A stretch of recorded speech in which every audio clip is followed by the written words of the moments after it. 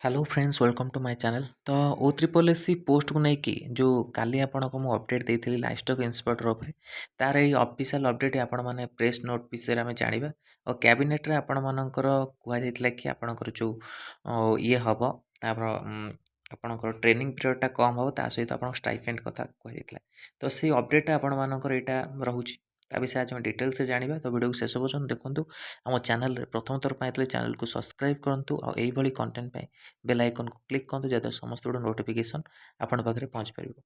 जो पोस्टिंग कथा मुझे काली कहूली आप इलेक्शन पर सब पोस्टिंग करेंगे कहते पीओ आ जे रो कौन गोटे हाईकोर्ट केस मैटर अच्छी तार भी ऑफिशियल अपडेट आसिले मुझे update Devi.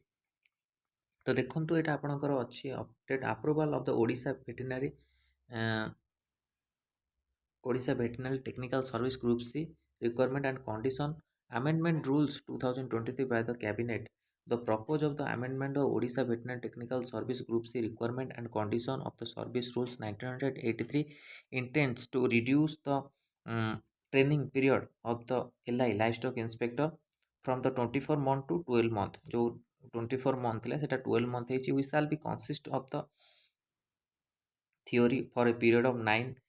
months and the practical for a period of 3 months in the farms and veterinary institute, and enhance the stipend to the minimum of the scale of the pay attached to the post of livestock inspector admissible the reach 21,700 rupees during the period of training रे आपनको मिलियो। As a result, better candidate will join the livestock inspector category which will bring efficiency in the implement of the various scheme of the state government। तो जदि भी आपण माने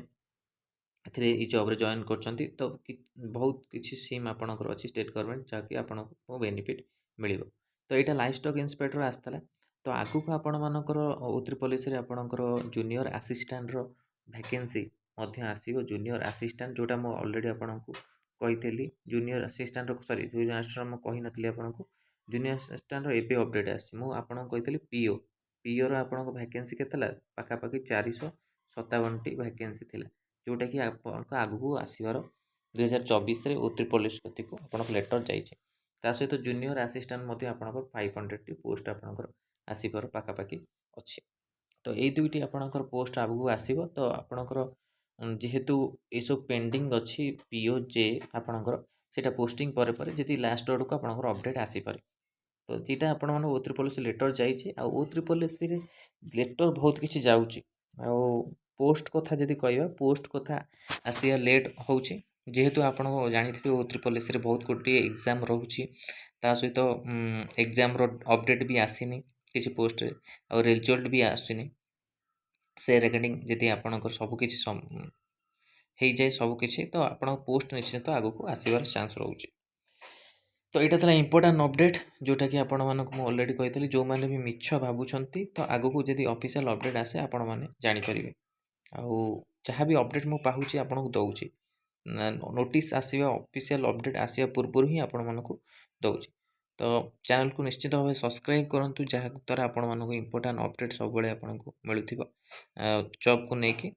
यहाँ था important update ओ3 पॉलिसी लाइफस्टॉक इंस्पेक्टर जो post already आपको कही सारी आज तार नोटिसटा आपको देखिए। तो यहाँ था इंपोर्टाट अपडेट वीडियो भल लगी लाइक और शेयर करूँ आम चैनल प्रथम थर पाई चैनल को सब्सक्राइब करूँ और यही कंटेंट बेल आइकन को क्लिक करूँ जब समस्त गुड नोटिफिकेशन आपन पाखे पहुँच पार। धन्यवाद, थैंक यू।